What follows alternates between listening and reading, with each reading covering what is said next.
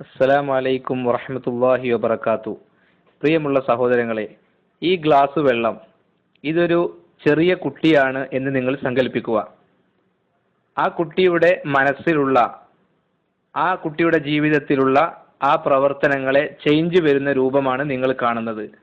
ഓരോ തിന്മകൾ കയറുമ്പോഴും മനസ്സ് കടുത്ത് കടുത്ത് കറുപ്പ് നിറമുള്ളതായി ഓരോ തിന്മകൾ, ഇതിലെ ഓരോ തുള്ളിയും ഒറ്റുന്നത് നിങ്ങൾ ശ്രദ്ധിക്കുക.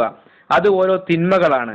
അങ്ങനെ മനസ്സ് കറുത്ത് കറുത്ത് ശിർക്കും ബിദ്അത്തും ഖുറാഫാത്തും മദ്യപാനവും വ്യഭിചാരവും അതുപോലെ തന്നെ കൊലപാതകങ്ങളും അസൂയയും കുശുമ്പും കുനുട്ടും ഇങ്ങനെ എല്ലാ തെമ്മാടിത്തരങ്ങളും മനസ്സിൽ കുമിഞ്ഞുകൂടുകയും ശരീരവും മനസ്സും ഹൃദയവുമെല്ലാം കറുത്ത് കറുത്തായി മാറുന്നു.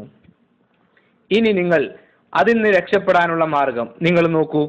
ഇസ്തിഗ്ഫാറിലൂടെ, അത് അള്ളാഹുവിനോട് പാപമോചനം ചെയ്താൽ മാറുന്ന രംഗമാണ് ഇനി നിങ്ങൾ കാണുന്നത്.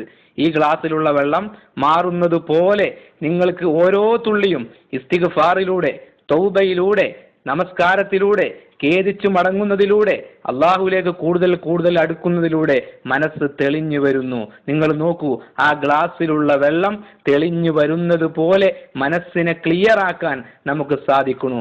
മുമ്പുണ്ടായിരുന്ന അതേ അവസ്ഥയിൽ നിന്ന് അതേ അവസ്ഥയിലേക്ക് തിരിച്ചു വരുന്നു. നോക്കൂ, നിങ്ങൾ നോക്കൂ, ക്ലിയർ വെള്ളം ഇതുപോലെ മനസ്സിനെ ആക്കി മാറ്റാൻ നമുക്ക് സാധിക്കണം. ഇസ്തിഗ്ഫാറിനെ വർദ്ധിപ്പിക്കുക, പാപമോചനം നിങ്ങൾ ഒരു മുഖമുദ്രയായി ജീവിതത്തിന്റെ എല്ലാ രംഗത്തും അള്ളാഹുവിലേക്ക് ദിക്ർ നൽകി നിങ്ങൾ അള്ളാഹുവിലേക്ക് കൂടുതൽ കൂടുതൽ അടുക്കുക. ഇതുപോലെ